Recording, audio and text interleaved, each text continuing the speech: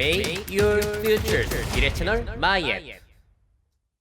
네, 안녕하세요. 오늘은 미국의 유명한 IT 매체죠. 와이어드지에서 메타버스에 대해서 회의적인 입장을 아주 잘 정리한 칼럼이 나와가지고 여러분들에게 소개를 해드리려고 해요.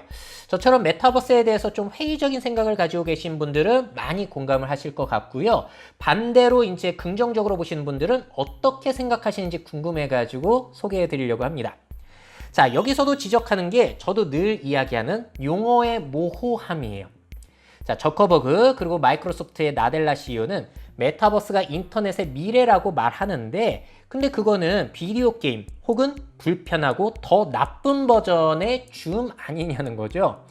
페이스북이 메타로 브랜드 변경하고 메타버스의 미래에 집중할 것이라고 발표한 지 6개월이 지났지만 그 이후로 그 용어가 의미하는 바가 더 명확해지지는 않았다는 거예요.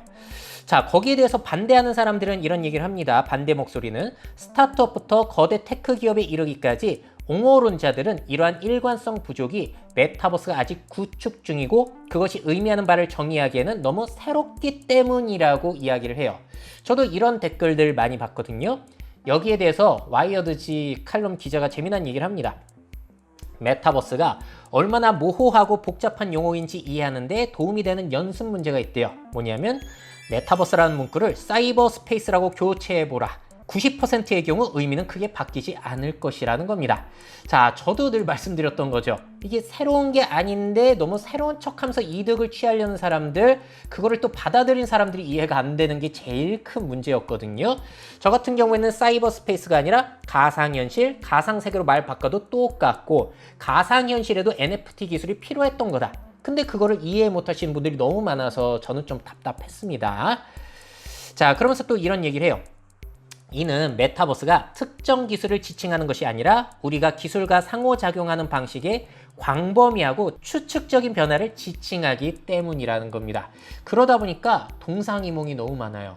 누구는 메타버스 얘기할 때 제페토 얘기하고 있고요. 누구는 VR 얘기, 누구는 NFT 블록체인 얘기를 하고 있으니까 다 이게 너무 모호하다라는 문제가 여기에서도 기인이 되는 거죠. 자, 두 번째 얘기하는 것은 상호 운용성 실현에 어려움이 있다는 거거든요.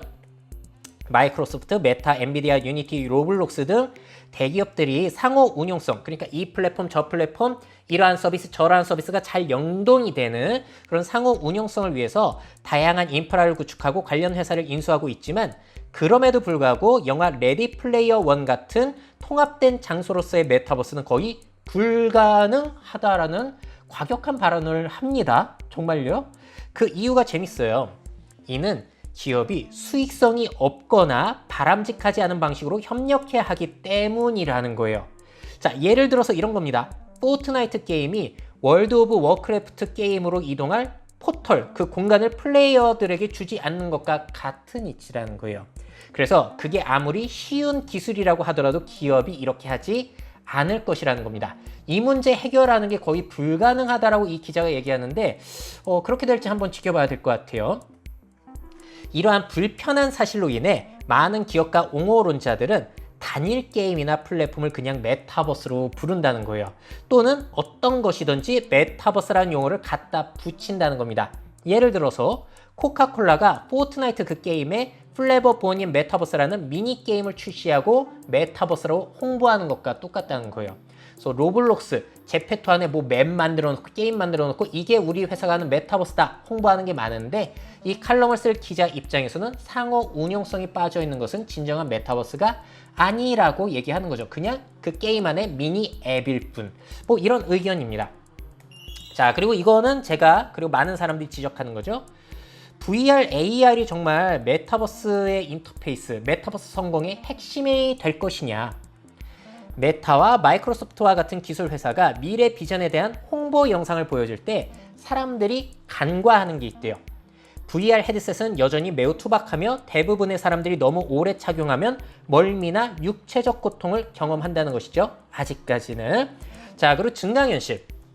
이거는 멍청이처럼 보이지 않고 공공장소에서 어떻게 착용할 수 있을지 알아내는 걸 사람들이 자꾸 간과한다는 거예요. 그리고 또 엄격하게 통제된 상황 없이는 3차원 사진을 공중에 버벅거리지 않고 나타나게 하는 기술 자체가 없다고 하는 겁니다.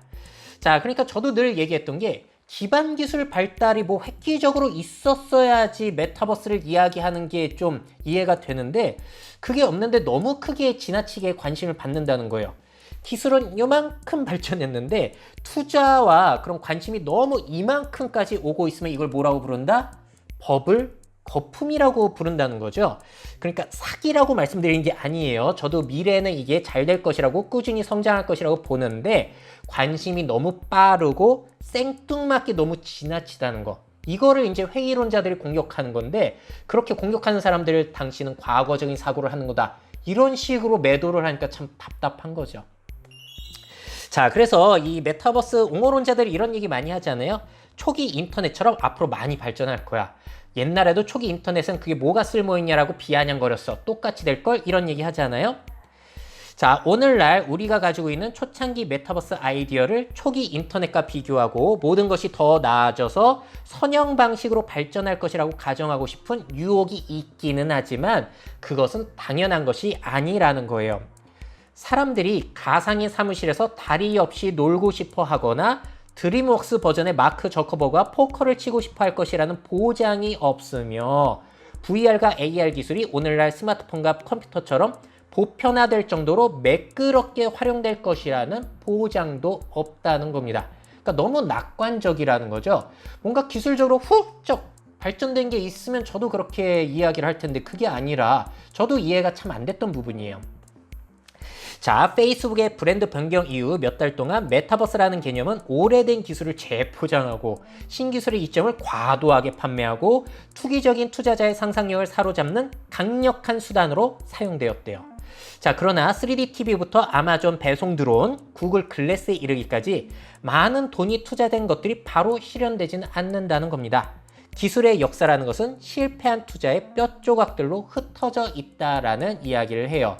자, 그러니까 너무 낙관적으로 보시는 분들은 이거 어쨌든지 다 문제점들이 해결돼서 초기 인터넷처럼 발달할 것이라고 보는데 그렇게 될진 사실 모르는 거잖아요. 너무 지나치게 낙관적이진 않은가라고 보는 겁니다. 자, 그러면서 이렇게 결론을 내려요. 테크 기업들은 결국에 미래를 팔고 있는 거다.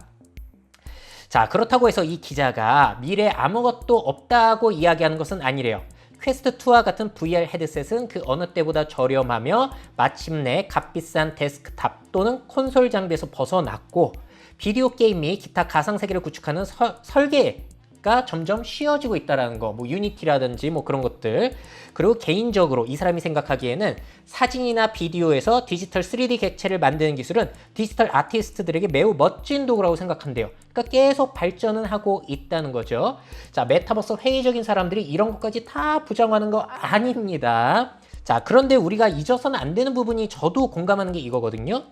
어느 정도 기술 산업은 미래주의에 크게 의존한다는 거.